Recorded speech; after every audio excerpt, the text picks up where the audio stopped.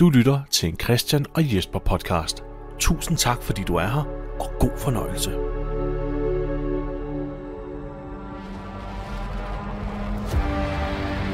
There's so many times we haven't been able to do anything to change what was happening to us. We wished we could, but we couldn't. Who's Deanna? Everyone who's made it this far, we've all done the worst kinds of things just to stay alive. Now, if y'all want to live, if you want to survive, you gotta fight for it. Come here, dumbass. But we can still come back. We're not too far gone. Who's Deanna? You step outside, you risk your life. It's a community. You take a drink of water, you risk your life. I'm not the good guy anymore. And nowadays you breathe, and you risk your life. Everyone we know's dead. Don't know that! Might as well, because you ain't never gonna see him again. The only thing you can choose is what you're risking it for. Governor rode right up to our gates. This is the start of sustainability. We can all live together. There's enough room for all of us. Who's Deanna? Your dad? Maybe I could have done something. They're fucking with the wrong people.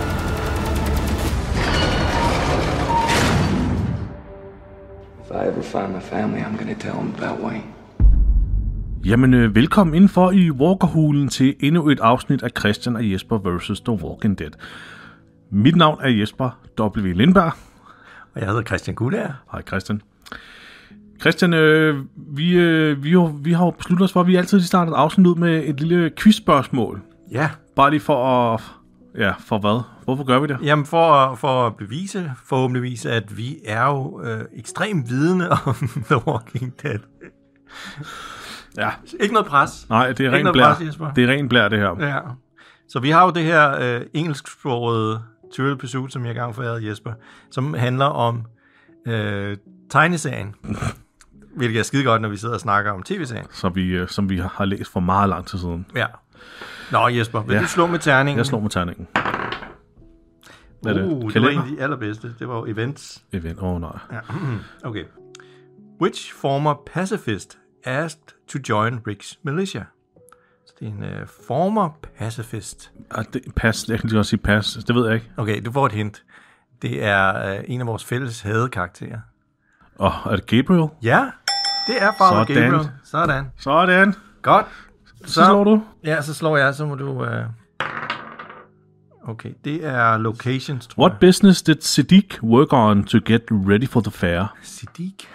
Og nu er vi jo meget langt fremme i historien. Faktisk, hvor vi ikke engang er kommet til med tv-serien.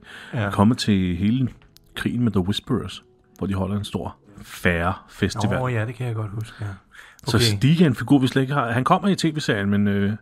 Ja, okay, så han har åbnet en klinik, hvor man kan få set på sine kønsvorter. Det var meget specifikt. Der er en her, der... Jeg ved det ikke. Tæt på, Christian. The Inn. The Inn? Ja. Okay, så det er en... Så poppen, hvor man skænker øl. Okay. Det er næsten det samme. Ja. Jesper, du har vetoret til, når vi skal give karakterer til det her afsnit senere i det her i denne podcast. Men Christian, vi skal jo i gang med afsnit nummer 4 af sæson 6. Et afsnit, vi begge to har frygtet en del at se, fordi der er ikke nogen af os, der husker det her afsnit. Med specielt gode minder. Nej, det er ikke nej, præcis. Fordi lad os lige hurtigt recap. Hvor er det, vi kommer fra? Vi kommer fra et afsnit, der hedder Thank You, hvor vi mistede Glenn. Ja, og det var sindssygt action-packed, det her afsnit. Ja. Med vildt mange zombier. Ja. Og der var flere for vores gruppe. Der var flere 100 statister med. Ja. Og de fleste af dem var hero-zombier. Ja. Altså fantastisk make-up. Ja.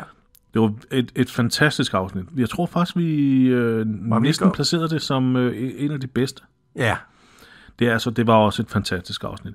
Så lad os lige tage en rejse tilbage i tiden der til 2015 eller 14, hvor det her blev sendt. Glenn er lige til synligheden død. Ja. Vi har haft et fantastisk afsnit. Rick sidder i den her RV og kan ikke komme tilbage til Alexandria, fordi han er løbet tør for enten batteri eller benzin, det ved vi ikke. Ja, eller også var det, fordi han plukkede bilen med sin det er rigtigt, han skød jo igennem bilen. Så Rick sidder og kan ikke komme tilbage til sin familie. Altså, det er et virkelig fantastisk afsnit, og man sad i en hel uge og var bare... Nej, er Glenn virkelig død? Det kan simpelthen ikke passe det. Altså, ens nerver var helt ude på tøjet. Altså, man har tyndskidt på daglig basis, fordi man ikke vidste, hvad der skete. Folk ville jo gerne have Glenn overlevet, ikke? eller folk vil gerne have klarhed over, om han overlevede eller ej. Skal vi sørge? Må vi sørge, eller må vi ikke sørge? Hvad fanden sker der? Skal vi tage det fucking bind på eller af? For helvede, Scott Gimple. Nå, så kommer det bliver søndag. Man sætter sådan med afsnittet. Og det første, vi får... lad os lige, vi tager hul på afsnittet nu. Ja. Det første, vi får, det er Morgans lidt deprimeret fjes, der kigger direkte ind i kameraet og snakker til os seere. Ja. Tror man lige. Jamen, han skal til at fortælle en historie. Ja, han vil fortælle en historie. Det går meget hurtigt op for os, at den, han taler til, nok er den her The Wolfman, som han lod leve. Ja. Ham langhårede der. Ja, han hed Owen. Ja, som snakkede om, at det var hyggeligt at møde en ude ved der, hvor Morgan havde lejr. Ja, præcis. Okay. Det er det, der giver det væk, ikke? At han siger sådan, du snakker om, at det var hyggeligt dengang, man kunne gå ind og se en film, eller sætte sig og tale med folk omkring et lejrbål, og du sagde også, at du ville tage alt fra mig, og tage mig, i princippet. Så nu får du mig, råb og stup. Man tænker sådan, okay, what? Hvad sker der nu? Ja, hvad nu? Hvad skal der ske? Men til synligheden, som du siger, Morgan vil bare gerne fortælle en historie. Ja. Og der stod now, da afsnittet startede, så vi lige ved, det her det er nu. Ja, det gør de meget ud af at fortælle os, hvornår tingene sker. Så selv den dummeste seer er med. Ja. Så det her det er nu. Ja. Og bare lige for, at vi så er helt med på, at nu skal vi tilbage i tiden, så står der nu den. Ja. Altså, dengang. Ikke?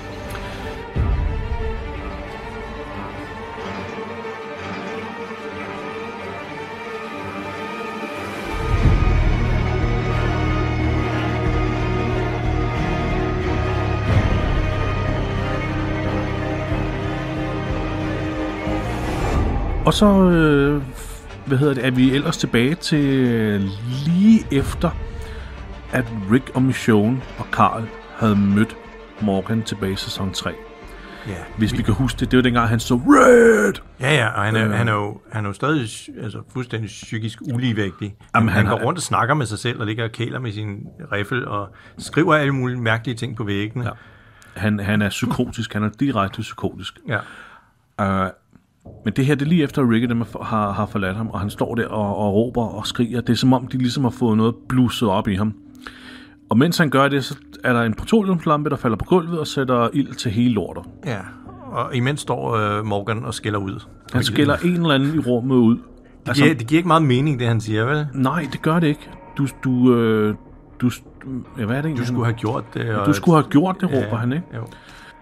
Og du er her ikke, står der på væggen og sådan noget. Det. Ja, der står mange ting. Der står også clear, og der står meaningless actions, eller meningsløse handlinger. Ja. Men vi får en intro, og den er jo, som den plejer, altså Lenny James, som spiller Morgan, han er nu en series regular. Ja, og Steven Yeun, der spillede Glenn, han er væk. Ja. Han står der ikke længere. Ej, det er også frækt af dem. Det er frækt af dem. Nej. Det er fuldstændig... Ja. De ved, hvad de har gjort. Ja. Det gør vi nemlig. Og så er vi pludselig med Morgan ude i skoven. Og her står det jo så helt klart, Christian. Okay, det her afsnit kommer muligvis til at handle om Morgan. Og vi sidder jo her og vil vide, hvad der er sket med Glenn. Så den gang tilbage der, hvor vi ikke vidste, hvad fanden der egentlig skete, så var man var jo rasende lige nu. Man sad jo var faktisk ligeglad med alt det her. Man var sådan lidt kom frem til, altså... Ja, vi vil gerne... Vi vil vide, hvad der er sket. Ja. Kom frem. Kom nu. Det her, det gider vi ikke se. Nej. Så jeg kan huske dengang, at jeg var virkelig... Ja, altså, det her afsnit, det fløj hen over hovedet på mig. Jeg var fuldstændig uinteresseret i det. Og jeg synes, det var... altså... Super irriterende, ikke? Super provokerende, at showrunnerne gør det her. Så, men selvfølgelig, vi bedømmer afsnittet ud fra afsnittet, som er de slået afsnit. Ja, det bliver vi nødt til. Alt det der med hvad skete der med Glenn og sådan noget, det har vi jo lagt væk nu. Så det er jo helt friske øjne, vi ser det afsnit med.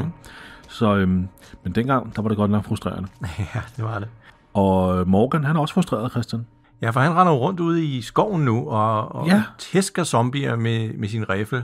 Han har åbenbart ikke flere skud i den. Han bliver nødt til at bruge den som kølle. Ja, så den bruger man i kolben der, ikke? Jo.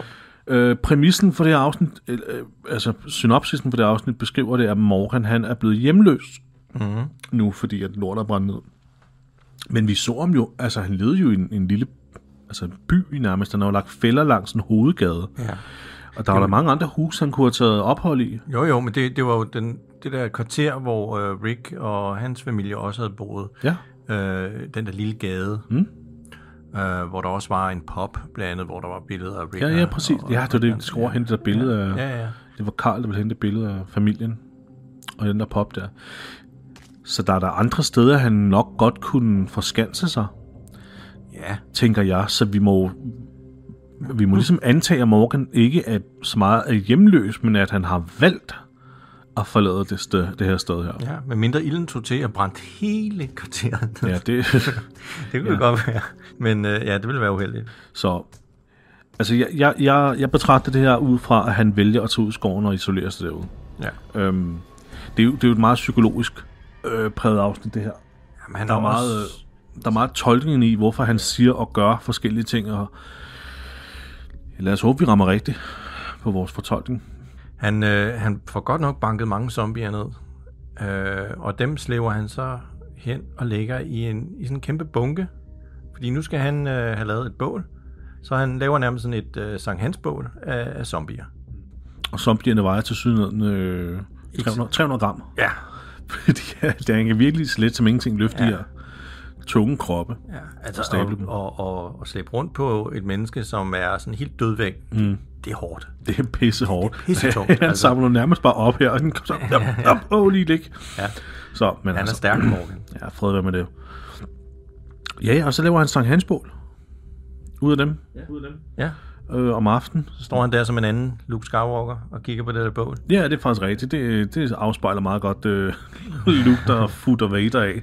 Men det er jo meget fedt, når man bruger zombier som brændsel, ikke? Fordi de kommer selv vadende hen, og så kan man lige nappe endnu en zombie til bålet. Så får man ny brændsel. De kommer selv. De kommer selv ind, og så kommer der en mere. Så kommer der en mere.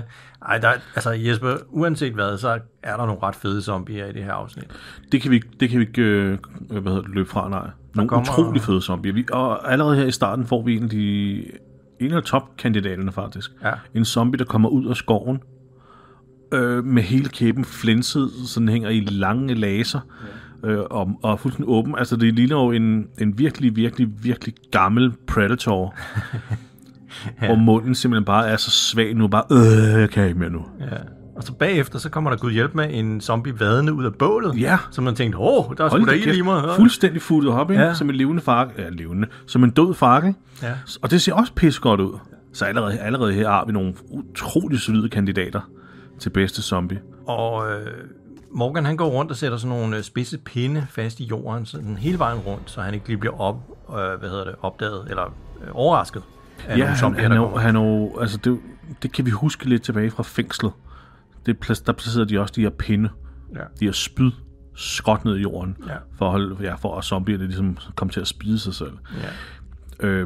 Igen i synopsen for det her afsnit står der, at han er ved at genskabe sin lejlighed. Altså sine omgivelser.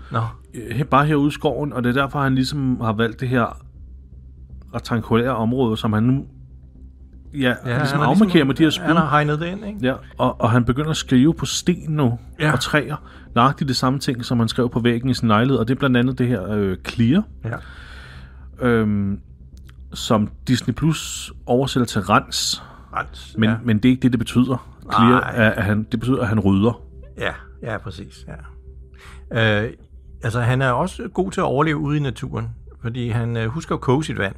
Og det gør han på et lille bål. Han har dog ikke tænkt sig at konkurrere hen over det der zombiebål der. Så han har lavet et lille bål ved siden af, som han lige kan lave mad på og koge sit vand. Og så hælder han det ned i en ølflaske. Altså, jeg går ikke ud fra, det øl, han har fundet. Nej, det er det nok. Jeg tror bare, han sidder og drikker vand af en ølflaske. Det er sgu smart. Ja. Nå, men han er i hvert fald ude og foragerer ude i skoven der, og så kommer der 2 fyre løbende efter ham. Ja, og det er sådan en scene, hvor man skal tro, at de er ude på at overfalde ham. Ja. Ligesom at liste sig ind på ham. Men han har sgu opdaget dem, han har hørt dem, han er altså det er jo Daryl Dixon-niveau, det her nærmest. Ja, han har hørt dem langt væk fra. Han gemmer sig, ikke? Og så den første, der kommer frem, ham stikker han i halsen med sin kæp der. Jesper, det synes jeg faktisk så ekstremt dårligt ud. Ja, det synes jeg også. Det så virkelig dårligt ud. Altså... Jeg købte den ikke. Nej. Jeg købte heller ikke skuespillerens reaktion. Den var bare... Hvad? Men der kommer ligesom sådan en blodplamage på hans hals og rundt om den der kæp. Ja. Og det ligner bare noget, der er lavet i Photoshop med sådan en blød brush. Ja, præcis. Rundt. Det er ikke særlig godt. Nej, det er virkelig dårligt. Det er lidt ærgerligt, at de ikke kunne lave det bedre. Ja, men selve handlingen er jo ekstremt brutal. Ja. Man kan godt berette i sådan en brutal nedslagtning, eller brutal drab af 2 mænd, hvis man vildt vidste, at de var ved at overfalde ham. Ja, men de har jo hverken våben fremme eller noget. Det Nej, bare, som om de sådan... præcis. Man ved faktisk ikke helt, hvad deres intention var. Morgan kvæler den anden mand med sin bare næver. Ja, det er virkelig voldsomt. Ja. Og han siger undskyld, den her mand. Undskyld. Og virker egentlig ikke sådan direkte troende. Nej. Og Jesper, det tager som regel ret lang tid at kvæle en person, ikke? Det har vi talt om før. Ja. Det har vi talt om før. Men Morgan, han gør det på rekordtid. Ja, det går virkelig hurtigt. Ja, jeg tror, der går 10 sekunder eller sådan noget. Så har ham der choket ud. Stakkens fyr.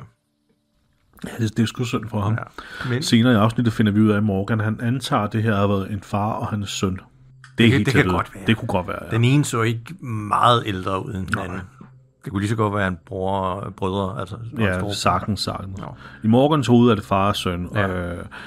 Og han siger også senere i afsnittet, at han faktisk ikke ved, om de vil have noget ondt. Nej. Men det er en del af det her clear-mantra, som er en af de ting, han skriver på sten og sådan noget, som gør, at han rydder bare. Han rydder bare det her område, ja. Han dræber alt. Ja. Der var jern. Du skal dø. Ja. De her fucking myrer. Bare gå. Han rydder alt.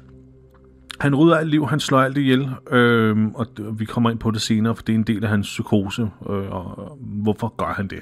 Ja. Ikke? Meaningless acts står der også, meningsløse handlinger står der på en sten, og så står der også på en anden sten, here's not here. Ja. Her er ikke her.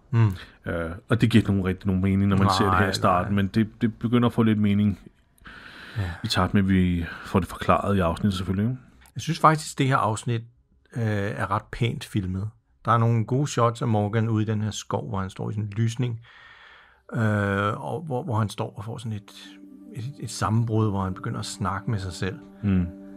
Og det er ret pænt filmet. Ja, det er det. Jeg tror også, at det er digitalt meget af det. Jeg tror, at selve lyset for mig ser ud som om, at det er digitalt. Ja. Altså, jeg ville kunne gøre det der, tænker jeg. Ikke? Ja. Mange af blomsterne i den her lysning her, der er sådan flotte gule blomster, eller lilla blomster og gule blomster også.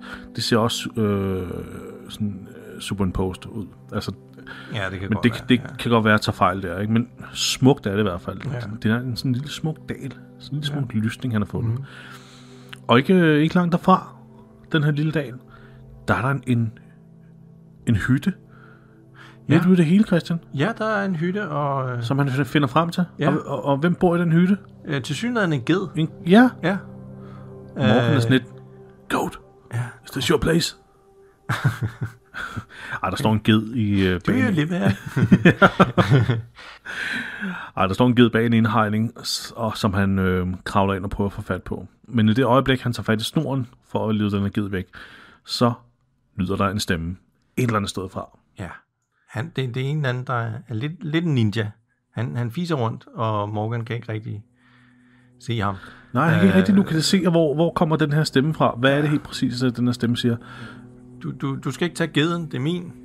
Jeg har tænkt mig at prøve at lave ost. Ja, jeg har tænkt mig at prøve at lave ost. Det er ikke din ged. Nej. Altså, det er jo sandt. Ja, det er rigtigt. Og det er en meget mild stemme. Den råber ikke eller noget, den snakker bare til Morgan stille og roligt. Ja. Men Morgan skyder efter. Ja, så han havde ammunition alligevel. Han har åbenbart ammunition. Han har bare lige sådan conservet den til den her scene. Ja. Han prøver at plukke den her gut her. Eller hvad det nu er. Vi antager det en mand. Mens Morgan er meget påpasselig at prøve at finde ud af, hvor den her mandsperson er blevet af, så undersøger han også hytten. Ja. Det er en meget velkonstrueret hytte. Den ser meget fin og rødlig ud indvendigt. Vi får sådan nogle former for slørede kamera. Ja, det er nærmest sådan et tunnelsyn. Jeg tror, det skal vise, at lige nu der er Morgan sådan i sådan hyper adrenalin-mode. Ja, præcis, Christian. Han har nærmest tunnelsyn, og ligesom også som om det dunker sådan det der slørede, der er på, så det viser, at han er oppe at køre nu. Ja, præcis. Det er sådan en visuel repræsentation af hans sindstilstand. Hans sindstilstand, der var ordet. Præcis. Den her stemme blev ved med at kalde på mig og sige, prøv at lægge våbnet, lad os snakke sammen. Okay, sidste chance, nu lægger du altså det våben. Og han får mange chancer, ikke? Ja, han får mange chancer. Ja. Den her person får også snide sig ind på Morgan til sidst og giver ham et ordentligt slag lige ordentligt over nakken. Og så er Morgan fandme også slået ud. Men det ved jeg, så får vi sådan en point of view fra Morgan, der kigger op på den her person. Og så finder vi skud af, at det skulle Zodiac... Det er Zodiac-morderen. Det er faktisk... Er det den skuespiller, der spiller ham? Ja, det er den skuespiller, der spiller Arthur Lee Allen i David Finchers Zodiac. Ja, og det er en skuespiller ved navn John Carroll Lynch, som man nok kan genkende fra forskellige projekter. Han er med i en del ting. Ja, han har også været med i American Horror Story, hvor han spillede sådan en klovn. Ja, den har jeg nemlig set. I ulækker mund.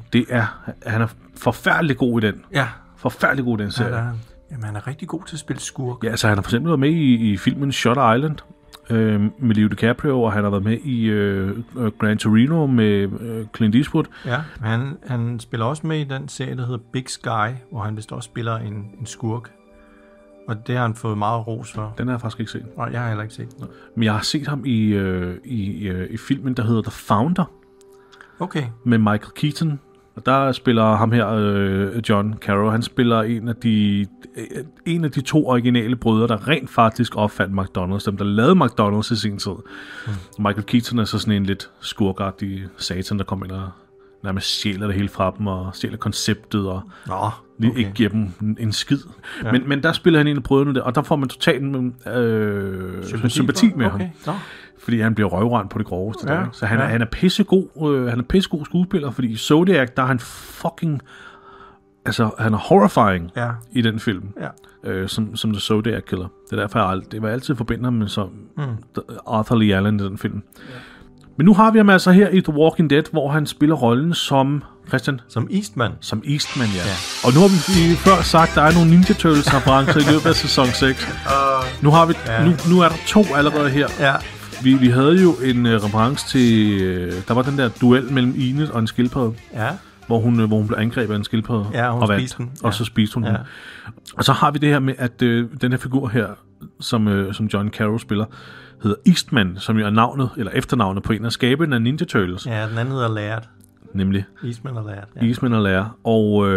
Og Eastman i serien her, han dyrker Aikido, og kæmper med en bogstaff i vaskeægte Donatello-stil. Så der er alle de her Ninja Turtles-referencer gennem sæson 6. Så det er endnu noget Turtles der. Nu er vi kommet helt derude. Nu kan man ikke benægte.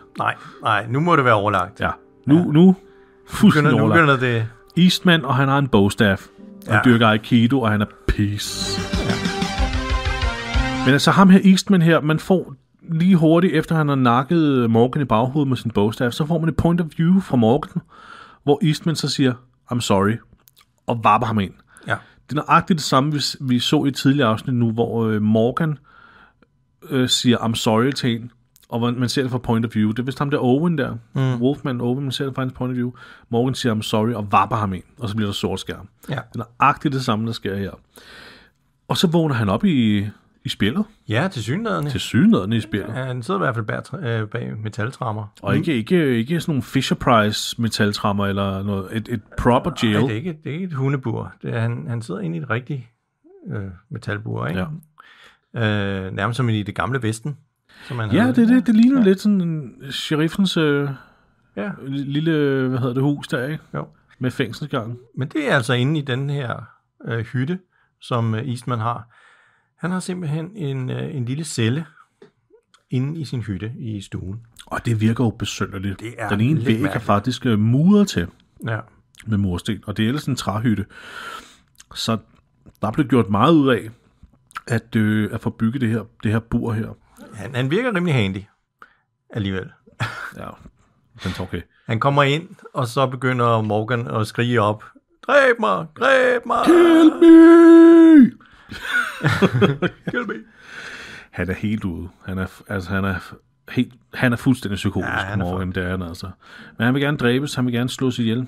Men ham her, Eastman, han er altså bemærkelsesværdigt chill. Ja, han kommer bare ind og giver Morgan en lille bog. Ja.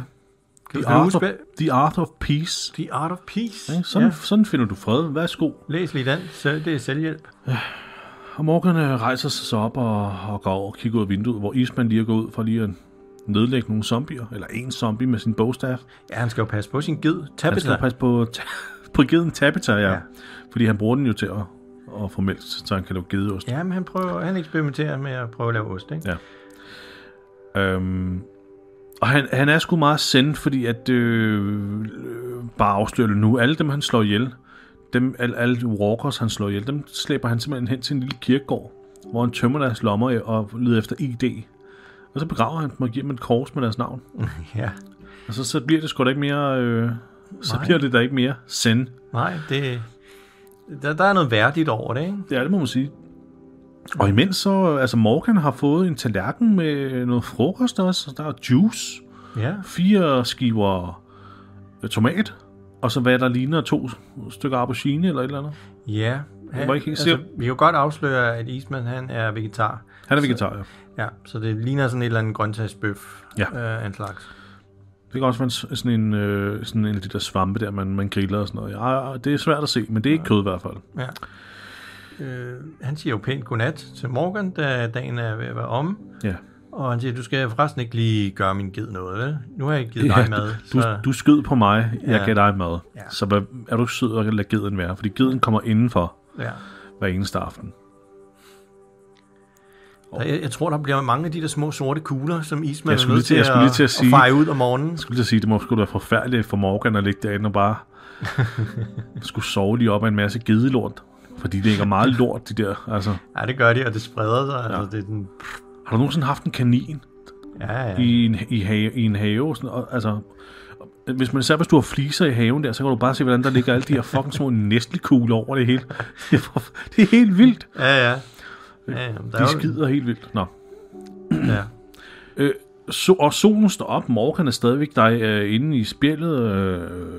Eastman står og dyrker aikido nede ved en lille bred. Det er sgu meget idylligt sted, det her. Ja, det er det. Og så ser vi Eastman, der prøver at lave gedeost. Altså, jeg har smagt gedeost 1 gang i mit liv, og jeg kommer ikke til at prøve det igen. Nej.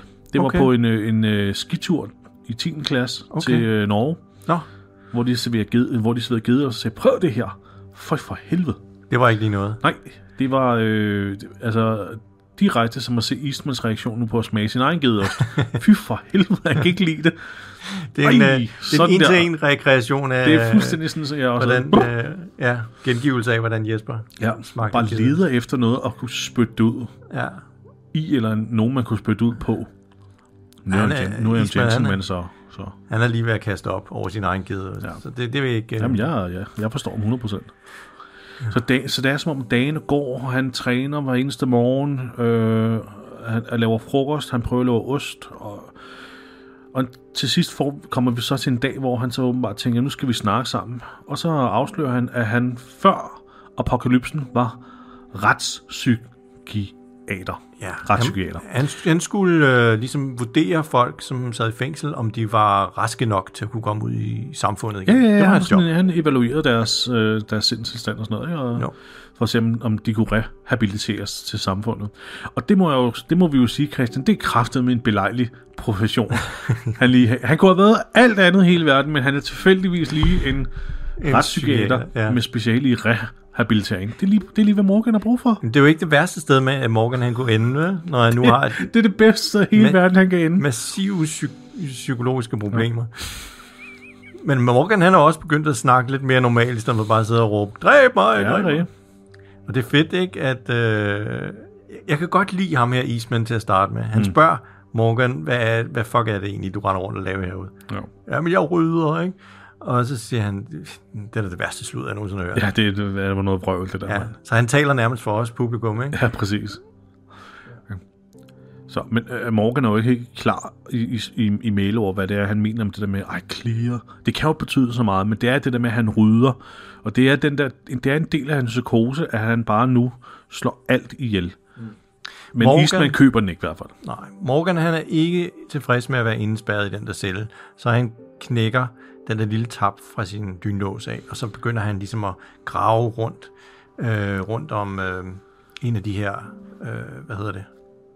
trammer. Ja, sådan nogle brædder, der ligesom indlemmer de her trammer her. Ja. Han tror til syden, at han vil kunne fjerne trammerne.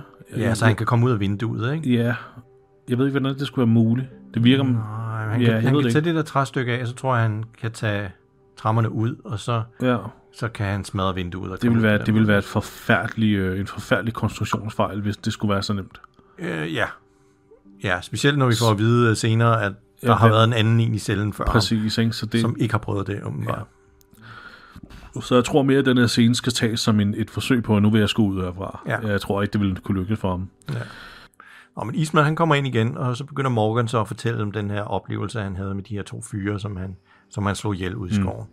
Jamen, det var fordi Eastman, han kommer over ind og stiller sin diagnose, og han siger, at Morgan, du har PTSD. Ja, den diagnose kunne jeg sikkert også godt have givet ham. Ja. Du har post-traumatic stress disorder. Ja. Ligesom soldater, der kommer hjem. Og så er det Morgan, han begynder bare at sige, så du blodet på min kæp? Og så bliver jeg jo straks. Det vil vi ikke høre mere om, Morgan. Nej, pak den kæp væk. Det skal du bare holde for dig selv. Ja. Men det er hans gren. Ja. Og det vil jo... Det gjorde det ikke bedre.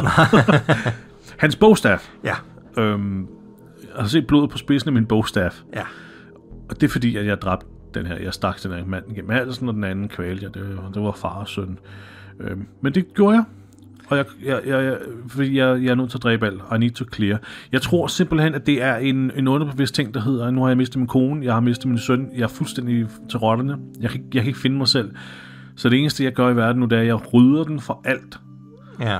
Alt det her onde shit her. Det er det eneste bidrag, jeg kan. Jeg kan rydde. Jeg kan dræbe, fjerne zombier, så de ikke skader nogen. Jeg kan fjerne mennesker, så de ikke skader nogen. Altså alt. Ja. Alt en trussel, ikke? En trussel, ja. Det var det ord, jeg læste. Men så begynder Eastman jo at bore mere ind i, hvem der har ligesom betydet noget for Morgan. Han har set, at han havde en vielsesring. Du har haft en ægtefælle. Har du også haft et barn? Og han får langsomt ligesom pillet ud af Morgan med, hvad der er sket. Ja. Det er egentlig en meget god analyse, han giver. Ja, han siger sådan, faktisk... du så, da dem, du elskede, døde. Ja. Og du kan ikke, lige meget, hvor meget du prøver at komme væk derfra, altså åbne en dør til et bedre sted. Så eneste gang du åbner døren og går igennem døren, så kommer du tilbage til der, hvor det skete. Ja. Så du sidder fast i sådan en form for sløjfe af dit eget traume. Ja. Og du kan ikke komme ud af det traume. Nej, og det synes jeg faktisk er virkelig godt skrevet. Ja, det synes jeg også. Det er virkelig godt skrevet, fordi han kan ikke slippe væk fra det der. Præcis. Han bliver ved med at tænke på det. Ja. Så det er det der med, at han prøver at flygte fra det her, men han kan ikke. Og hver eneste gang, han ligesom prøver. For eksempel, nu kom han ud i den der lysning tidligere. Idylliske lysning, solstråler, der skinner ned. Alt er så fantastisk. Ja. Og her får han et sammenbrud, hvor han begynder at tale til nogen og slå ud efter nogen. Ikke? Så det er så det, man så skal sige, okay, nu jeg fandt et fredfuldt sted her. Prøvede at åbne døren, og så kom jeg bare tilbage dertil. Og det er derfor, han begyndte på den der rant med, du er ikke her, simpelthen fordi der mødte han dem igen, fordi han prøvede at åbne døren. Ja. Så han sidder fast i en sløjfe. Ja. Men Eastman får ham ligesom, han prøver ligesom at overbevise om, ved du hvad, du kan godt få det godt igen. Altså, han har snakket med 825 indsatte, og der var kun en af dem, som var ond. Ja. Så han siger, mennesker er ikke onde per default. Altså. Nej. Man kan sagtens komme igennem døren, kort sagt, og blive rehabiliteret. Den der ene onde person, han snakker om, får sådan en betydning senere. Ved du, hvad jeg synes, der er sjovt? Det er, han siger nemlig det der 825. Ja. Senere i afsnittet, der siger han, at det var 800 mænd og 25 kvinder. Ja. Det er med noget en statistik, der siger lidt om det. Jeg tvivler ikke på det. Nej, jeg tror faktisk, det har rod i sandheden. Ja. Det er jo det med mænd, er dem, der begår mest voldelig kriminalitet. Og den slags, ikke? Ja. Så, men alt i alt, så hele den her analyse bliver fortalt til Morgan, for at komme frem til det tilbud, Eastman vil give Morgan. Ja, fordi han siger til ham, at du kan få lov til at blive her, sove på sofaen, eller også kan du gå din vej. Men du får ikke lov til at slå mig ihjel. Nej, det vil jeg ikke tillade. Nej. Og det er jo også noget, det er jo præcis det samme, Morgan siger til de her wolves her. Ja. Du får ikke lov til at tage mig. I will not allow that. Ja. Og så åbner Eastman døren ind til cellen, og den viser sig, at den har været ulåst hele tiden. Jamen, det siger han direkte til ham. Døren har aldrig været låst, ligesom du kom. Så du kan bare gå ud af døren. Jeg har smidt nøglen i floden. Så... det forstår jeg så ikke. Jeg har smidt nøglen i floden. Nej, hvorfor det? Du kunne da godt få brug for det på et eller andet tidspunkt. Hvad nu, hvis du får brug for nøglen? Hvad med at sætte geden derind om natten? Ja. Så skider den ikke i hele huset. Så præcis, så skider den på et begrænset areal, ikke? Altså, det er skide irriterende, han er nødt til at vågne op hver eneste dag til den og tykket i alle hans puder. Og... Skidt igen, mand. Tabitha. Men han siger det der med, at døren er åben, du kan bare træde ud, men du... 2 muligheder. Du bliver på sofaen, eller du går. Du må ikke gøre mig noget, fordi Morgan har jo troet Eastman og sagt, jeg dræber også dig, og I need to clear. Ja. Og hvad gør Morgan? Han går ud, og så angriber han med det samme. Ja. Og vi får det der tunnelsyns-blurred ting. Ja. Men altså, jeg vil tro, at Eastman vejer måske 50 kilo mere end Morgan. Ja, han er en big friendly giant. Ja. Så han får ligesom overvundet Morgan. Og, jeg tolker det også til sidst som, at grunden til, at Morgan giver op, det er, fordi Eastman ligger oven på ham. Og det er nærmest sådan, nej, jeg kan ikke få luft. Okay, jeg giver op. Ja. Og så sker der faktisk noget, der er meget sødt, og det er, eller sødt, det er vist ikke det rigtige ord. Eastman opdager, at de i deres lille slåskamp har kommer til at ramme sådan et gipsbillede, der hang på væggen med sådan børnetegninger, og det er så faldet ned og gået i stykker. 2 stykker. Ja. Og det tænder lige noget i Eastman, lige sådan et ja, der kan man godt se. Der bliver han vred. Og bogstaven kommer helt op til jeg var lige ved at sige, kæppen kommer helt op til Morgans mund. Jeg må hellere stoppe. Bogstaven kommer helt op til Morgans hoved, på sådan en truende måde. Ja. Fuck dig, mand. Men han gør ikke noget. Og Morgan siger, så dræber. Nu vil jeg gerne. Ja. Jeg gav dig 2 valg. Ja. Du bliver på sofaen, eller du går din vej. Men Morgan, han vælger et 3. valg. Jeg skulle sige det. Og hvad er det 3. valg? Jamen, han går ind i cellen igen og lukker døren. Ja, præcis. Og jamen, der Eastman, han må tænke, for helvede. Jeg gav dig 2 valg. Ja, du skal bare være trodsig og tage et 3. Ja. Og så åbner han døren igen ind til cellen. Ja. Og så Morgan, så trodsig som han er, så sparker han celledøren lukket igen. Det er totalt teenager, det her. Ja. Tror du, den der blå spand bagerst, er den til at jeg har faktisk overvejet lidt, hvordan han kommer på toilettet. Men det må det vel være. Det må det være. Og så er der en lille karklud, så han lige kan tørre sig med. Men jeg har det lidt sådan, Christian, fordi jeg tænker, det må være ildlugtende. Men hvis man kun får vegansk mad, så stinker det vel mindre? Det tror jeg. Altså, jeg ved det ikke. Jeg er ikke klar over. Altså dyr, som kun spiser græs og altså ikke kød. Deres lort lugter jo betydeligt mindre end rovdyrs. Ja, det må have noget at gøre med det der kød. Det må have noget at gøre med det der fordøjelse. Nu kender jeg ikke nogen vegetarer, jeg lige kan spørge. Nej, men altså... jeg kan godt forestille mig det. Ja, det må vi jo skrive bag ørerne, når vi møder en vegetar en dag. Altså, jeg vil lugter din afføring. Jeg vil 100 gange hellere, Jesper, fjerne en hestelort, end jeg vil fjerne en hundelort. Ja, for helvede. Det er enig. Ja. Enig. Det er jo bare sammenpresset græs og sådan noget. Ja, og markant mere tør for det meste, ikke? Jo, og lugter slet ikke i samme dur. Så det må være, det var meget fedt, vi lige fik diskuteret det. Ja. Så. Ja. Men vi klipper lige et par timer frem, det er blevet aftentid, og Eastman står inde i et tilstødende rum, og hammer og banker lidt, og det er den der gipsplade, der falder ned, som han er ved at reparere. Nå, ja. Altså Eastman, han siger, det kan være, at vi skal prøve med noget Aikido. Jeg kan lære dig noget Aikido. Ja. Og så kan vi jo sammen tage på en rejse, og spørge Morgan, hvad er det for en rejse? Og så siger Eastman, det ved jeg sgu ikke. Nej, vi får aldrig helt at vide, hvad det egentlig er, han mener, fordi jeg tolker det som den spirituelle rejse. Ja. Men han sidder også på et tidspunkt og snakker om, at de skal ud og scoute og finde ting. Ja. Og det kunne også være den rejse, han mener, men det må da være, det er sgu nok en kombination af det hele. Det er det nok. Det er sådan, det her, nu er det dig og mig, det er et kapitel, skråstreg, det er en ny rejse. Ja. Det må sgu være det. Ja. Og så siger han godnat til Morgan, og så slukker han lyset. Og så går Morgan ud af cellen. Ja. Og man tænker, har han tænkt sig at gå ind og myrde Eastman nu?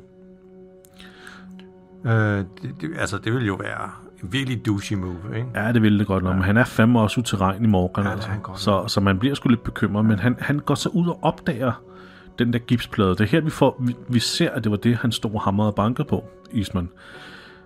Så vi ser den her gipsplade her, og det er den her søde børnetegning, og det er vildt en gipsplade, Christian. Jamen, det er det, ja. Det er tegnet på. Ja. Skal vi komme ind på allerede nu, hvad det er? Jamen Jesper, vi har jo før snakket i podcasten om, hvordan de bygger huse i USA, ikke? Det er jo hovedsageligt gips og træ og alt muligt andet møg, som man kan... Så når der kommer en orkan, ikke? Jeg skulle lige til at sige det, så når tornadoen kommer, så er det sådan et... Okay, det var mit hus. Farvel. Jeg bygger bare et nyt. Ja. Vi har et nyt i morgen. Men apropos morgen, det bliver morgen igen. Morgan sidder stadig inde i den ulåste celle. Eastman giver ham morgenmad. Ja. Han kommer endda med nogle små kager, som Morgan ikke tør prøve. Ja, siger, det kan godt være, at jeg er blevet vegetar, men jeg har ikke opgivet chokolade, siger han så. Nej. Altså siger Eastman, ikke? Ja. Jeg påpeger igen det der med, at de skal sgu nok lige få, ud og finde nogle ting og sådan noget. Men Morgan er ikke sådan helt snaksalig på det område, så han, i stedet for at sige Eastman, så okay, hvis du ikke vil hjælpe, så pas på Tabitha, mens jeg er væk, ikke? Jo. Og så går Eastman med sin lille trækvogn. Ja, han skal i zoologisk have. Ja. Og Morgan bliver inde i buret og beslutter sig endelig for at samle den der bog op, der hed The Art of Peace. Ja.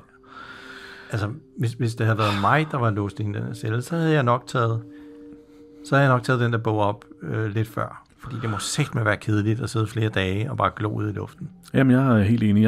Jeg havde nok også samlet den op lidt før. Ja. Men det er en bog, der handler om Aikido. Allerede på den første side er der en, der har skrevet i den. Jeg går ud fra det Eastman. Ja. Der har skrevet lidt omkring, hvad Aikido handler om. Det handler ikke om at dræbe. Det handler ikke om at forsvare sig. Det handler om at finde en vej til fred. Okay. Og til at forstå, at, hold nu fast, all lives are precious. Okay. Hvor har vi hørt det før?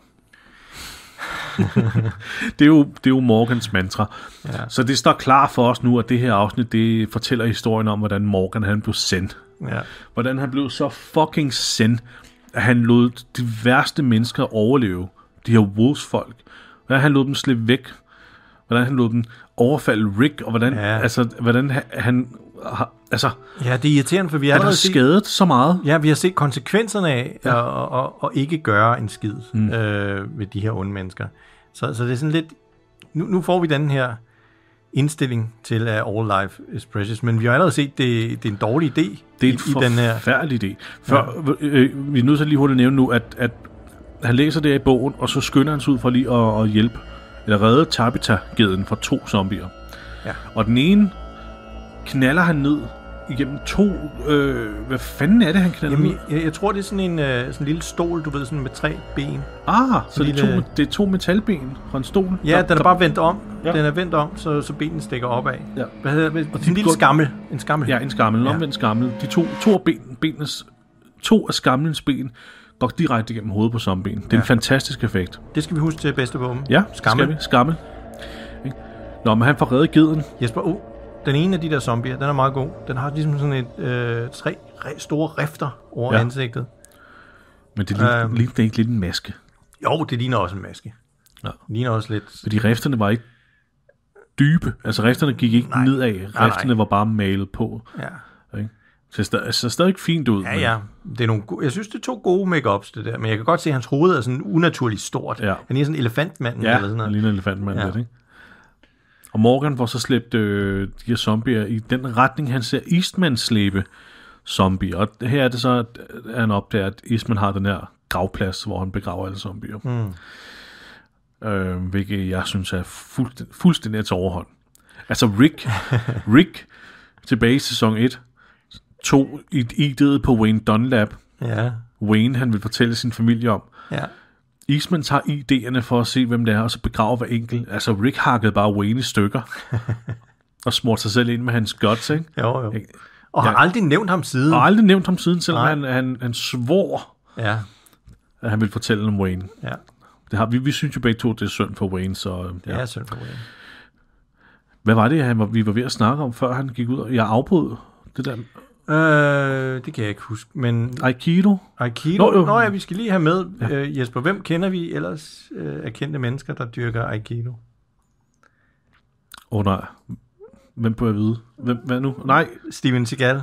Nå, ja, for helvede, ja. Altså en af verdens værste skuespillere, og mennesker i det. Ja. Han er virkelig kendt for, at... Han er virkelig send. Det er virkelig en send-mand, ikke? Jo, men han gør også meget ud af at fortælle alle folk, hvor god han er til Aikido. Der er nogle super gode videoer på YouTube, hvor han laver Aikido-opvisninger i Rusland. Hvor folk bare falder. Ja. Han skal nærmest bare røre dem, ikke? Så vælter de rundt. Ja, og han står der nærmest ikke gør noget, og drejer lige omkring. Ja, det er forfærdeligt. Det er forfærdeligt, altså. Ja. Så Aikido virker ikke for alle. Nej. Det gør det sgu ikke. Nej. Men Christian, det her med all lives are precious. Ja. Grundlæggende set er det en fin filosofi at have.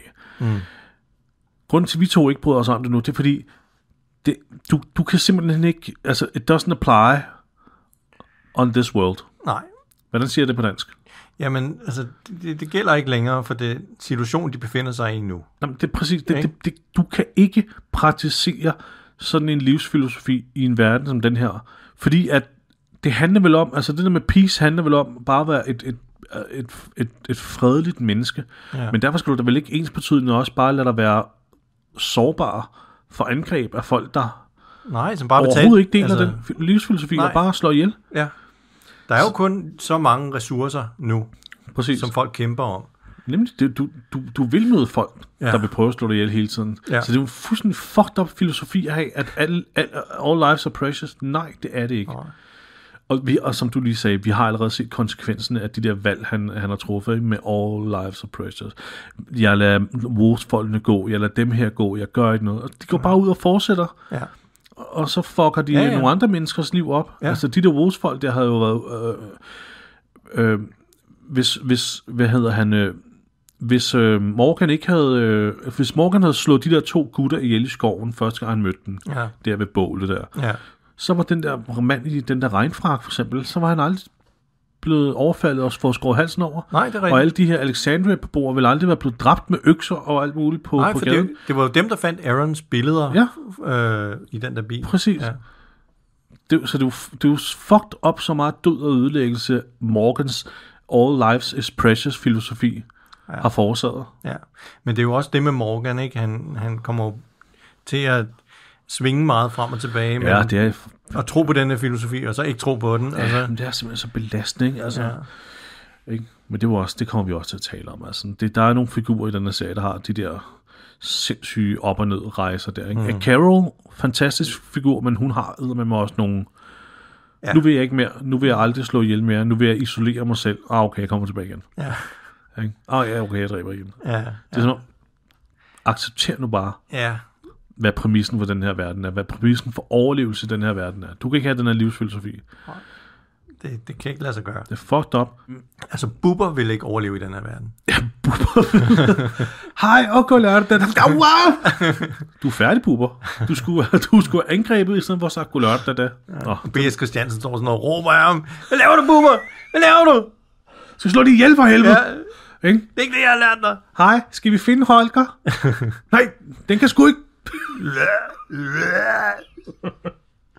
Det er ikke Holger, det er min Milt. Okay. Så det fungerer ikke. Nej. Det fungerer ikke i den her verden her. Og vi er nogle logisk tænkende mennesker, Christian. Vi bliver frustreret, når vi ser det her pisse her. Ikke? Så ja, det kan godt være, at du gerne vil være et fredfyldt menneske, her Eastman. Men du har med skabt meget ødelæggelse med det pis der ved at plante i Morgan, altså. Ja. Nå, men Morgan fandt den der kirkegård, og han begynder så også at grave ud til den her døde zombie her. Så nu gør han de samme ting som Eastman. Han er begyndt at become the master. Ja. Nej, og så er det, at Eastman han lige tømmer deres lommer, og mens Morgan smider dem ned i hullerne og graver hullet til, så sætter Eastman sig og begynder at snitte navnene på et kors. Ja. Ja, det er meget arbejde at lægge i. Folk, som lige engang kendte. Ja, men igen, det er sgu da en sød ting at gøre. Det er meget respektfuldt at gøre, men det er også... Det er ikke noget, jeg vil gøre. Nej, det er meget arbejde at bruge på, det er det altså. På noget, som ikke er så vigtigt. Eastman og Scanner skulle taknemmelig for, at Morgan dræbte de der zombie og redde Tabitha, men Morgan ødelagde sgu også en tomatplante. Og hegnet. Og et hegn, ja. Og det skal fandme fikses. Men først skal han lige komme med Eastman. Ja, vi skal lige have en lille ceremonitisk overdragelse. Ceremoniel. Ja, der var det ord, jeg læste. En lille scene, hvor han får sin egen bogstav. Ja. Den er faktisk ret fin. Altså, det er jo sådan en snoet skaft. Ja, så tænkte hvor fanden hvor har du den fra? Hvor mange har du? Ja, men Eastman har jo... har han ikke kuttet den spidse del af? Er det ikke det, han viser ham? Han sagde, han havde fikset dit spyd. Ja, og så giver han ham spydet og bogstaven. Så jeg tror vel, Morgan sætter den bare på igen. Nå, okay. Og jeg så det som om, at det kun var den lille del, der var spids, som han havde ligesom savet af. Jo, men det var også... Men er det ikke sådan noget, du kan sætte fast på? Nå, men det ved jeg ikke. Det kan da godt være. Det ville da være smart. Ja. Det var sådan, jeg forstod det. Men du har helt ret i, det var en lille... Spidsen var meget lille. Ja, det skal vi ikke glemme til bedste våben.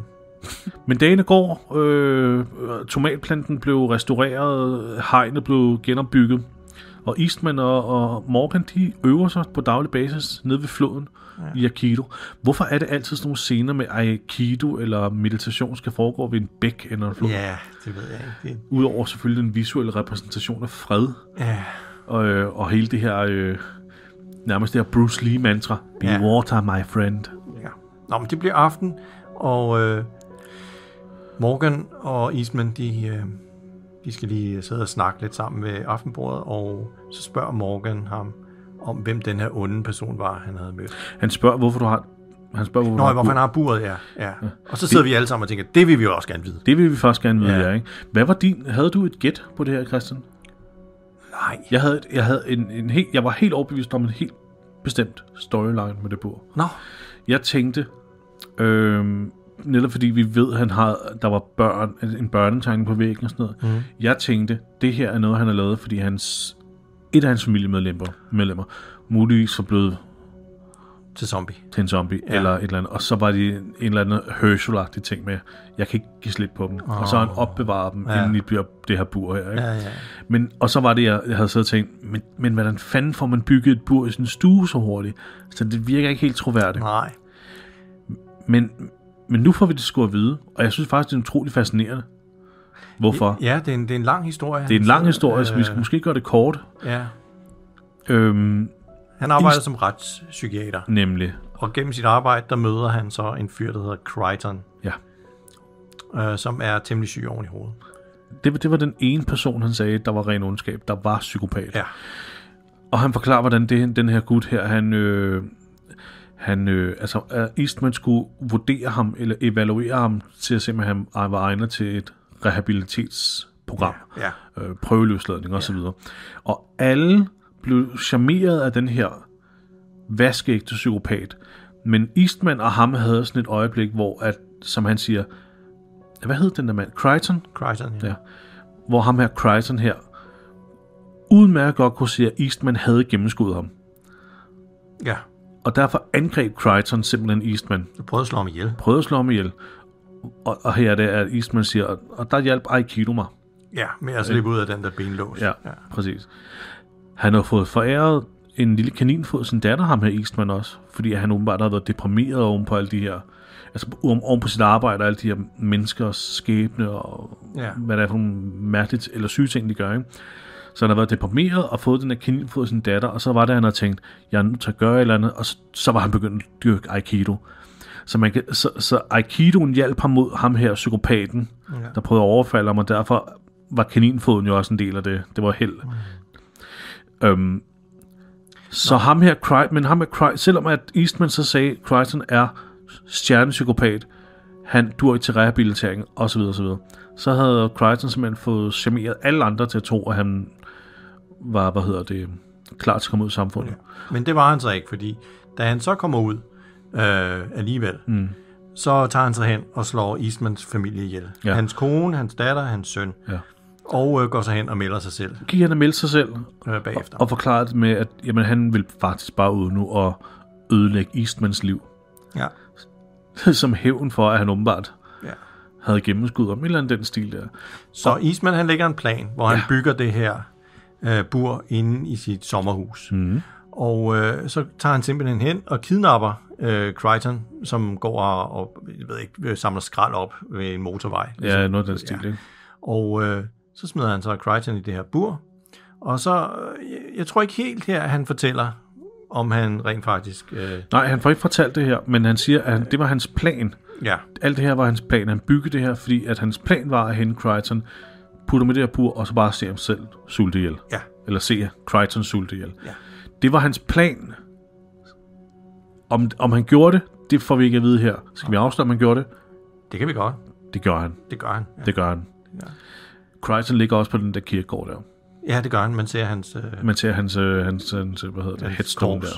Ja. Ja.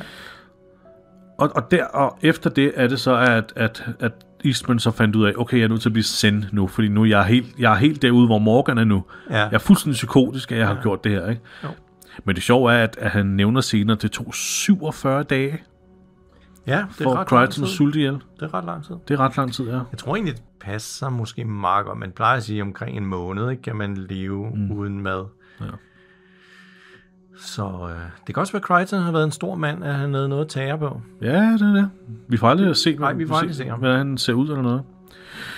Men efter den historie, så er det som om de to mænd forstår hinanden lidt bedre nu. Okay, Eastman kommer fra det samme sted som Morgan, og altså, de skulle blive meget gode venner på nuværende tidspunkt.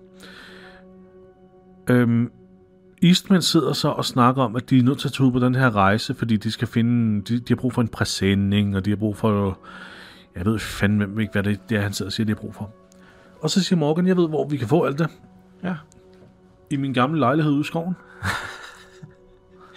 Jeg har godt nok ikke betalt husleje i lang tid, men... Nej, det har han ikke. Morgan leder så Eastman ud til hans gamle lejlighed der i skoven, og de kommer frem til den lille åbning der, og alle de der spyd. Og ganske rigtigt, der var en taske med en præsending og en tom dåse, eller hvad fanden det sikkert et skattekammer, du har der, Morgan. Ja. Eastman besluttede sig så her for at få Morgan til at sige navnene på dem, han elskede. Konen og sønnen. Dwayne og Jenny. Jamen, nemlig. Og Morgan har virkelig ikke lyst til det. Og så er det som om, at Eastman finder ud af her, okay, det her, det er stadig det er stadigvæk et ømt punkt for Morgan. Han er nødt til at åbne en dør her. Så han siger, mønstring nu. Og det er så åbenbart det der Aikido-halløj der. De skal lige stå og lige komme i send, komme i et eller andet, The Art of Peace, halløj, og åbne en dør. Ja. Så Morgan, han ikke har problemer med at tale om Dwayne og Jenny, at deres navn skal ikke være tabu. Det er Morgan meget imod. Han siger, ikke her. Not here. Nej, men han tvinger ham lidt til det, ikke? Ja, han bliver tvunget til det. Ja, du skal lige fokusere nu, så du kan komme ud af den der sindstilstand. Ja, præcis. Og så går han faktisk hen til Morgan og siger, du kommer til at holde et barn igen. Ja. Og det gør Morgan jo. Han kommer til at holde baby Judith. Nemlig. Det var sgu meget smukt. Ja. Nå, der kommer en zombie vraltende ud af skoven, og så siger Eastman til Morgan, det er din, den kan du lige nakke. Ja. På sådan en rigtig casual måde. Tager du den? Tager du lige. Ja. Men hvem viser det så at være, Jesper? Det er ham, som Morgan han kvalte ude i skoven. Ja. Kun få dage forinden. Jeg ved ikke, hvor lang tid der er gået, men det var ham, han kvalte i skoven. Ja. Der må være gået et stykke tid, fordi han er godt nok blevet zombificeret en del. Ja. Ja, der må være gået noget. Så Morgan, han fryser simpelthen på stedet. Bare sådan, oh shit, det var ham der.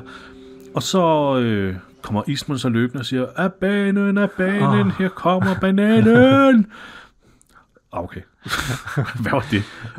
Nej, men det er så dårligt det her, Jesper, fordi han kunne bare have nakket den der zombie. I stedet for, så tager han fat i Morgan og vender ryggen til zombien, så den lige kan bide ham her under skulderbladet. Ja, det er sindssygt dårligt. Han kunne bare være løbet op, og så bare slået den med staven. Ja, sparket den i maven. Det er så Sparta-agtigt. Præcis. Det er faktisk så logisk, at det var det, man bør have gjort. Ja. At det virker...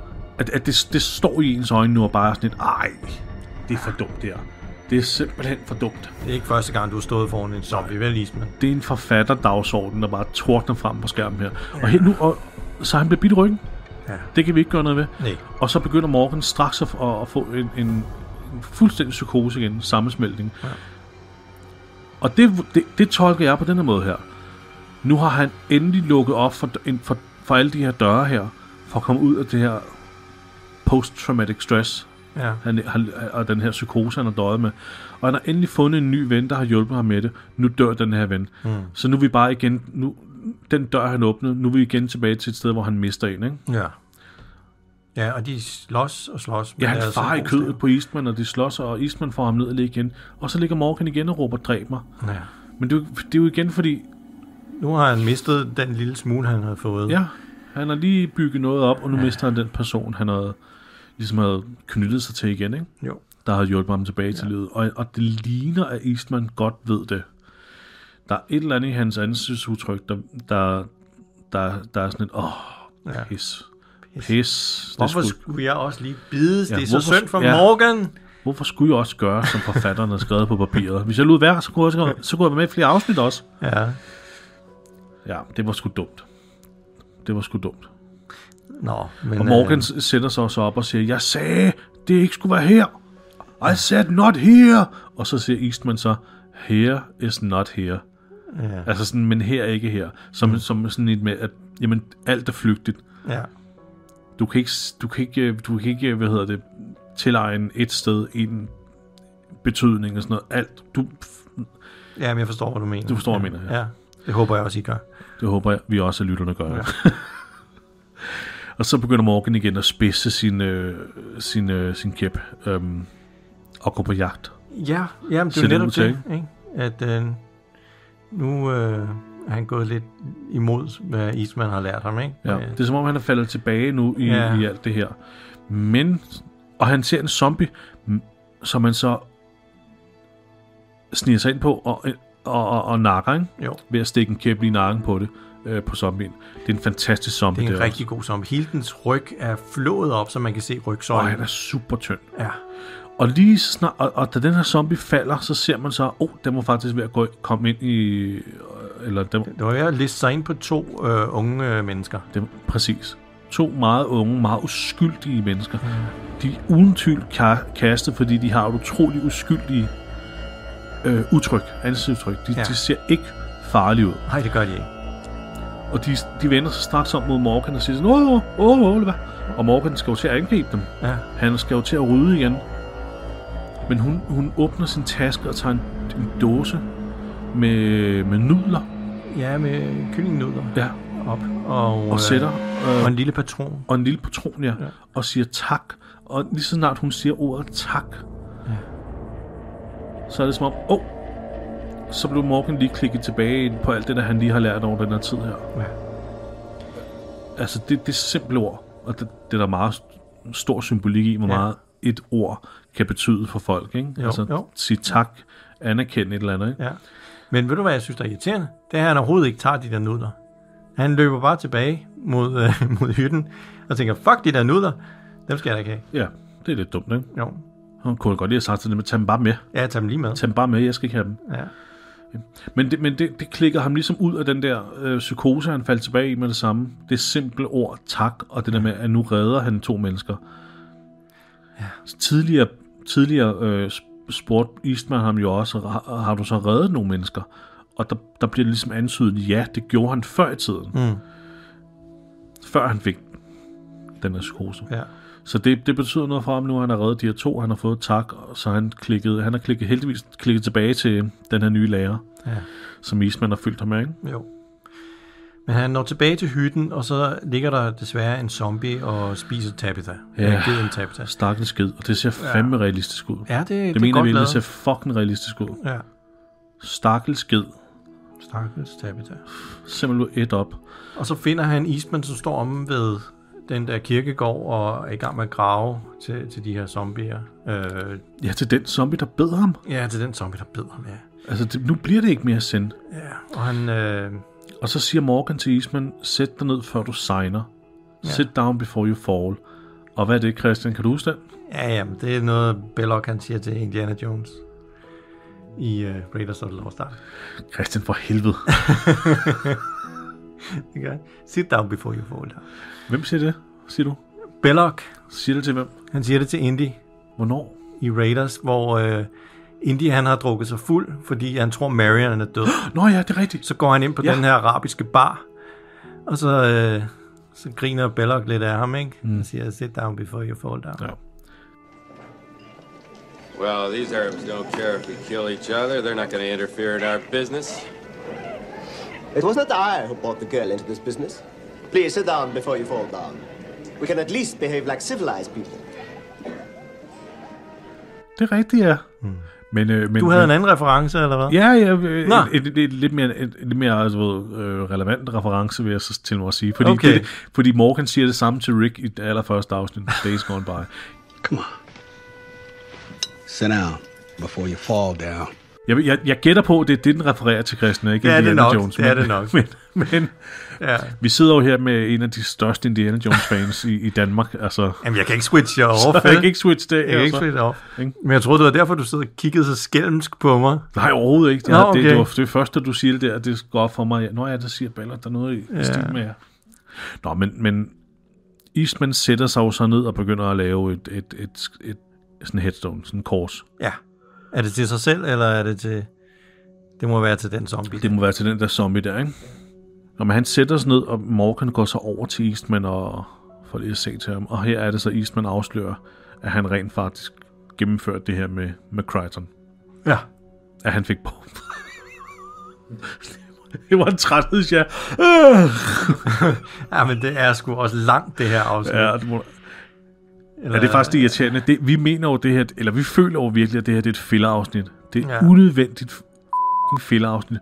Der bare handler om, hvordan Morgan han lærte at sige, all life is precious. Ja. Vi har ikke behøvet det. Det kom i vejen for faktisk bremser det hele den her fede... Altså, opbygningen med de her zombier, der skal lokkes væk fra altså det er jo Alexandria. Og 3 afsnit, der handler om at få dem væk fra Alexandria. Der er action, suspense. Ja. Bum! Så kommer det her lige pludselig. Ja, vi har sådan en spændingskurve, der går op i toppen, og så falder den bare. Så daler den bare til 0. Ja. Hvilket vi føler, at det er lort. Ja.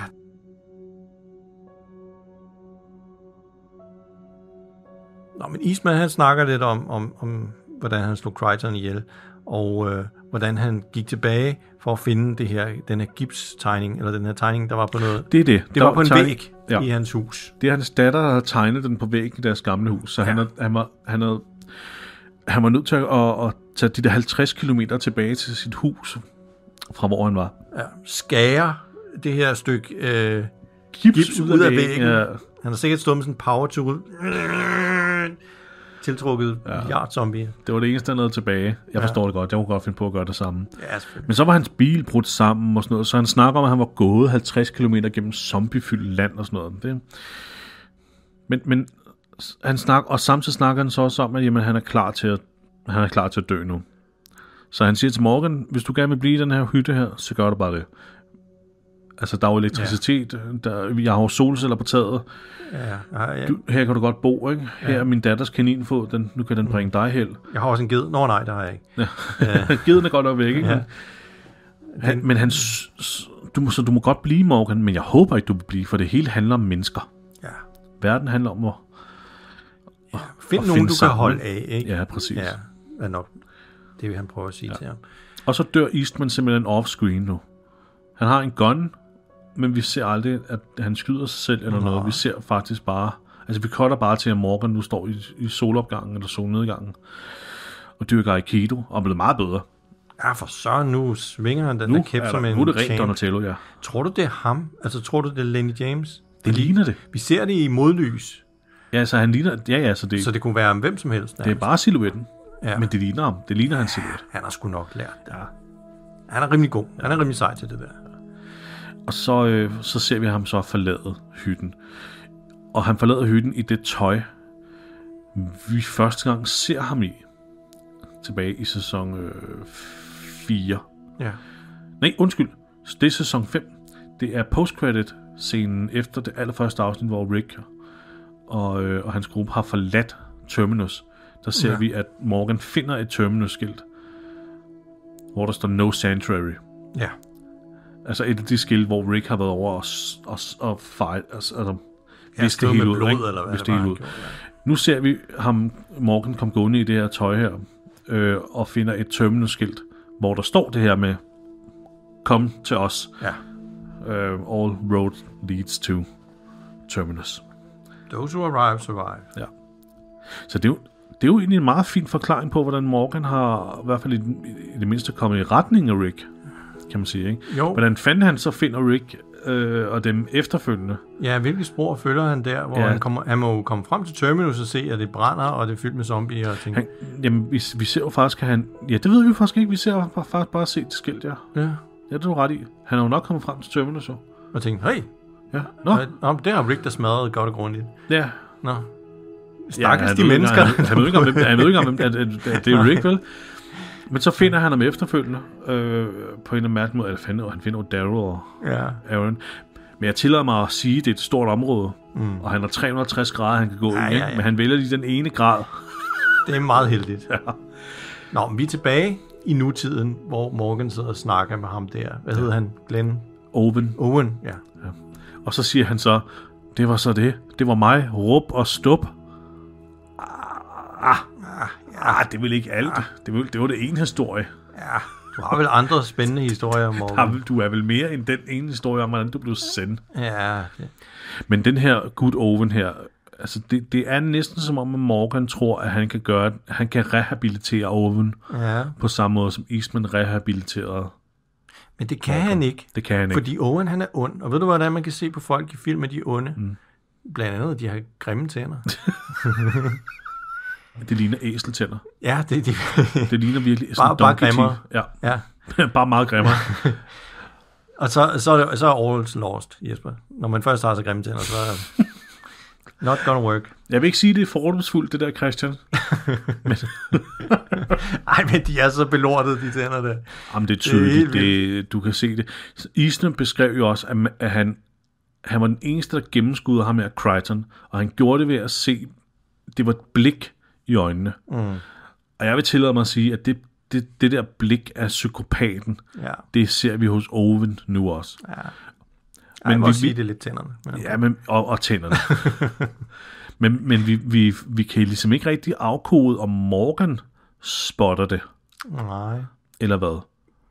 Owen, han begynder at sige, det er meget fint, jamen lige meget hvad, jeg vil stadigvæk slå alle ihjel her. Det er jeg nødt til. Ja. Jeg skal clear. Ja. Sådan er det. Hvad er det for noget? Er Owen, er han blevet bidt? Ja, bidt eller blevet snittet med et sår, med en kniv eller et eller andet. Han er i hvert fald, han viser Morgan et ar i siden og siger, at da jeg så billederne fra det her sted, så tænker jeg, der er nok medicin eller et eller andet her. Så jeg er nødt til at slå alle ihjel, fordi jeg skal have jeres ting. Ja. Så jeg ved ikke, om han er døende, eller hvad det er, der sker. Jeg tror, han har noget feber i hvert fald. Ja. Han ser ikke ud til at have det særlig godt. Morgan, han låser dog også ind til det her sted, hvor de har opbevaret Owen. Han stoler ikke på ham. Nej, han stoler på ham. Han låser døren. Han lader den sgu ikke stå åben. Nej, den der celle, den skal ikke stå åben. Og så går han op på gaden, og så hører han en stemme, der råber, Open the gate, open the gate. Og hvem er det, der råber det? Jamen, det lyder som Rick. Det er Rick. Så jeg kan godt lide, at det er ikke mange afsnit, Rick slet ikke er med i. Nej. Vi var næsten tæt på at have et helt afsnit, hvor Rick ikke var med. Ja, men han stemmer. Han kom lige med i slutningen. Ja. Åben porten! Nå, det var jo det afsnit. Det var noget af det værste fillerlort. i hele den her serie. Ja. Der er få afsnit, hvor jeg virkelig føler, at det her, det kunne man lige så godt... Altså, det er der ingen mening i, det her. Ja. Og ikke blot, at det er et fucking filler-afsnit, undskyld jeg banner, men at de lægger det lige her, og ligesom bryder alt den suspense, de er i gang med at bygge op. Men angrebet på Alexandria og alt det her, og nærmest... Ja, forhindrer os i at vide, hvad der sker med Glenn. Ja. Det bidrog altså til et ekstremt had. Ja, det er irriterende. Ja. Så skal vi hoppe til ratingen? Ja, med det samme? Jeg. Det synes jeg faktisk, vi skal. Okay, yes. For der er nok to kategorier, hvor vi godt kan give en god karakter. Ja, jamen, bestemt. Jeg synes dog, vi skal starte med det sure og give den minus 10. Ja, 100%. Som fillerstraf. Minus 10 fillerstraf. Vi kan ikke komme udenom det. Nej, det kan vi altså ikke. Så vi starter på minus 10. Jeps. Og så skal vi have den bedste zombie. Det er svært. Ja. Men ja, der er faktisk mange gode. Der er rigtig mange gode. Ja. Der er både ham, der har flået hele ansigtet op. Ja, ham med underansigtet, der hang i laser der, ikke? Ja. Han er god. Umiddelbart derefter fik vi den brændende zombie. Ja. Den var god. Der er den, hvor ryggen er flået op, og vi kan se rygsøjlen. Ja. Den følger efter de to hikere der. Den var også fantastisk god, og den var endda også super tynd. Ja. Og lignede virkelig, altså en klassisk zombie, ikke? Jo. Og de andre, altså den unge mand, som Morgan kvælte, der kom tilbage, flot make-up. Ja. Og der var også en anden en, der også var altså virkelig flot make-uppet, som var en Morgan også dræbte. Altså, jeg tror godt, jeg ville kunne komme op på sådan en 8'er, eller en måske... en 8'er. Ja, en 8'er. En 8'er, ja. For dem alle sammen. Ja, fordi selvom de er flot make-uppet, så bliver make-up'en ikke ligesom brugt til noget. Du ved, ligesom når vi ser en zombie, der maser sig igennem et eller andet sted, og den nærmest får flået huden af. Ja. Altså, make-up'en bliver ikke brugt. Nej. Den ser bare flot ud. Ja, enig. Så en 8, den er fin. Det vil sige, at vi er oppe på minus 2. Vi er oppe på minus 2. Ja. Helt deroppe. Godt. Bedste våben. Vi har en skammel. Ja, og jeg tror, det er det. Fordi det, hvad er det? Er det skammel, og så er det kolbe. Og så er det... Det er selvfølgelig også bogstaffen, ikke? Men ja. Så har vi en celle. En celle, hvor man kan sulte ihjel. Nå ja, det er også meget... Og ja. Det er bare et langsomt våben, vil jeg sige. Ja, det er godt nok et langsomt våben. Det er 47 dage. Og det vil ikke du på en zombie, vel? Nej, det vil det ikke. Jeg vil sige skamlen, fordi den gennemborer et hoved med 2 af sine ben, og det ser fantastisk ud. Ja, men det er også sådan et engangsvåben, ikke? Jo, det er det. Og du skal være heldig, at den lige rammer. Ja. Jeg tror, vi skal... Hvad siger du? En 3-4 stykker? Ja, en 3'er. Husk nu. En skammel. Okay. Var det din veto? Vil du give en 4? Skal jeg være sød og... Nej, men du har jo en vetoret, fordi du vandt vores Trivial Pursuit. Jamen, jeg er meget bekymret for, hvad du har tænkt dig at sige til bedste skuespil. Så jeg prøver ligesom at holde den lidt tilbage. Skal vi blive enige om, det er en 3, altså? Eller vil vi kan godt give den en... Vi kan godt give den en 4. Okay, 4, siger vi så. 4 til skammel. Ja, 4 til skammel. Okay. Så kommer vi til bedste kill. Fuck. Det var mord på Crichton, som vi ikke så. Nej, det er ikke sjovt at give. Jeg synes virkelig, det er skamle. Ja, det er skammelkill. Med de 2 ben, der går gennem ansigtet. Det er fandme flot. Ja, det er meget godt. Okay, skammelkill. Det vil jeg gerne give en 5'er. En 5'er. Ja, det tror jeg også passer meget godt. Okay, så kommer vi jo til bedste skuespil. Bedste skuespil, ja. Her skal jeg næsten have min veto i gang her nu. Hvis du siger noget. Jesper, han tager sine nøgler op og laver det sådan et knogjern mellem fingrene. Det gjorde jeg faktisk for real her forleden. Nå. Nede på stationen. Fordi jeg følte, der var en, der var meget... Altså, om morgenen var meget... Han satte sig lige over for mig i en ellers tom togvogn. Og så bare nærmest glodede på mig. Med det samme nøglerne op gennem der. Jeg ved ikke, om jeg bør indrømme sådan noget. Men det kan jeg da godt forstå. Det var da ubehageligt. Det var virkelig, virkelig en ubehagelig vibe af, at jeg var blevet udset til et eller andet. Ja, så du var sådan... Jeg giver dig ikke lov. Ja. Og så rejste han sig op og gik, da toget stoppede. Det var typisk mig. Overdramatiserende. Det bør jeg nok klippe ud, det her. Okay. Hvad siger vi, Christian? Ja, vi har jo nærmest kun 2. Vi har også en ged. Ja, vi har også en ged. Og vi har også nogle få statister. Ja, men nu har jeg jo vetoret, så jeg vil gerne fokusere på geden. Den spiller ged meget overbevisende, det vil jeg sige. Ej, vi har de 2 hovedspillere der, ikke? Altså, de der 2 statister, der bliver reddet på et tidspunkt. Ja. Ja, og så har vi de 2, der bliver dræbt, ikke? Men det, igen, det synes jeg ikke gør noget. Vi har også Owen, som er overbevisende klam lige til sidst. Er det rigtigt? Han er faktisk meget god. Jeg havde den måde, han sidder og smiler på. Ja, han er virkelig, virkelig klam. Han er så klam, at det er sådan noget med, hvor man nærmest tænker, okay, du er castet, fordi du er klam. Ja. Du er the real deal. Ja. det ved jeg ikke, om jeg er kompliment til skuespilleren. Slå ham op på IMDb. Sidder i fængsel. Ja, præcis. Okay. Jeg synes, der er et eller andet med Morgan. Han er muligvis blevet instrueret i at spille på den her måde. Altså Lenny James, ikke? Jo. Men han spiller også meget stort, ligesom i Clear-afsnittet. Ja, der er meget teater over det, ikke? Jo. Kill me, kill me. Jeg spiller Shakespeare. Præcis. Og jeg tror, det er noget at gøre med, at han også er så gestikulerende. Ja. Hvis du har det her, den er sådan en psykose her. Jeg ved ikke, om jeg ikke køber det der med, at du er så nærmest, det er nærmest som om, han er hallucinerer. Ja. Det bliver aldrig forklaret, om han gør det, men... Der, hvor Eastman siger til ham, det er noget forbandet vrøvl, du sidder og siger. Ja. Altså, man sidder nærmest og klapper sådan lidt ind i det. Ja, det er sådan lidt... Ej, endelig var der nogen, der satte ham på plads, ikke? Sådan, okay, take it down a notch, Morgan, ikke? Ja, så jeg vil ikke belønne ham med noget. Nej. Eastman... Han er god i visse scener. Og så er han lidt irriterende i andre scener. Jeg vil sige måske en 5'er. Ja. Så ender vi på 12. 22 minus 10. Må de finde min lommeregner? Ja. En score på 12? Ja, det er sgu for højt. Men sådan er det. Afsnittet redder sig selv ved at have nogle fede zombier. Det fortjener en 12. Nej, det gør det nok ikke. Nå, men Christian, det her har været et meget langt afsnit, fordi altså... Det er også et af de længste. Ja, men det er også, det er et af de længste afsnit også. Ja. Det var 1 time og 5 minutter, mand. Ja. Ikke? Nej, kun var 3 kvarter jo. Ja, det er det. Hvorfor gør de det? Hvorfor gør de det mod os? Super irriterende. Ikke? Ja. Det er sådan en bremseklods ind i det hele, der er fuldstændig 100% af filler, og så er det endda også et af de længste afsnit. Altså. Ja. Det var det, vi snakkede om sidst. Det er jo en tv-serie svar på en resteplads. Ikke? Den der rigtig kedelige resteplads, hvor der ikke engang er en kiosk. Du kan gå ud og skide på et eller andet ulækkert toilet, hvor du skal betale for det. Ja. Og det er det. Og så er der picnicborde. Jeg vil faktisk til mig at sige, dele de der toiletter, du finder ude på en øde ø i Sverige på kanotur. Eller det, hvor du sætter dig ud, og der er bare et hul. Og bare ved, okay, det her bliver tømt hver 3. år. Ja. Det er det her afsnit. Ja, det er det her afsnit. Det er sådan et toilet. Ja. Fy for helvede.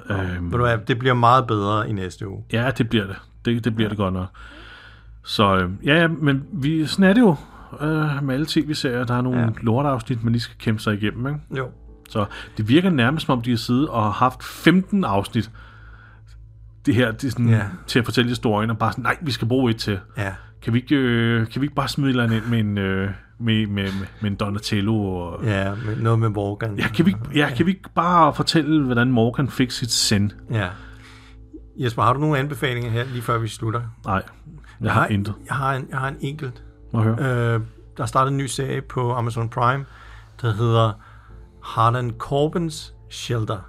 Og Harlan Coben, skal man lige forstå, det er en forfatter. Ja. And if you're listening to this, Harlan Coben, please know that you are not famous enough to call your series Harlan Coben's Shelter. Det synes jeg er super irriterende. Serien hedder bare Shelter. Okay. Og grunden til, at jeg gerne lige anbefale den her, det er, at der er en med fra The Walking Dead, som vi kender. Diana, hun spiller en rolle i den. Okay. Ja. Okay, hende har jeg ikke set i lang tid, i noget som helst.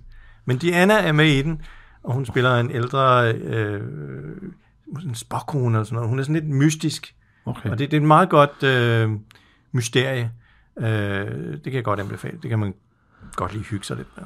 Okay, jamen det kan godt være, at jeg lige skal tjekke den ud så. Det kommer på listen over de der 1000 1000 andre ting. Ja. Skal vi takke af for i dag? Ja, lad os takke af på det, Christian. Vi siger tusind tak til alle dem, der har lyttet med her helt til enden. Ja, vi siger noget gennem her det her lorte afsnit af The Walking Dead. Det var et forfærdeligt afsnit, Christian. Ja, det var det faktisk. Så tusind tak til jer. Og igen, hvis du er en af vores faste lyttere, tusind tak, fordi du holder fast i os. Ja. Vi er så småt i gang med at runde Dead City af, og så kommer der ellers gang på hovedserien igen. Og så er der snart Daryl Dixon. Jeg ved, om den bliver vist på dansk tv. Jeg tror det ikke. Gør den ikke? Jeg ved det ikke. Jeg har ikke hørt noget som helst. Måske dukker den op på Disney. Måske. Ja. Lad os se på det. Okay. Den tager vi i hvert fald også fat på. Det er vi enige om, ikke? Jo, det er de der Legacy-serier. Ja, det skal vi arbejde med. Nå, men tusind tak alle sammen, fordi I lyttede med. Vi håber, I havde en god lytteoplevelse, og husk, I kan jo fange os inde på vores sociale medier. I kan skrive til os via vores hjemmeside, eller på de sociale medier. Ja, gør det. Rigsrus, hvad I ellers synes at sige. Opskrifter på et eller andet. I don't give a shit. Men i hvert fald indtil næste gang. Kan I have det rigtig godt derude alle sammen. Hej. Hej.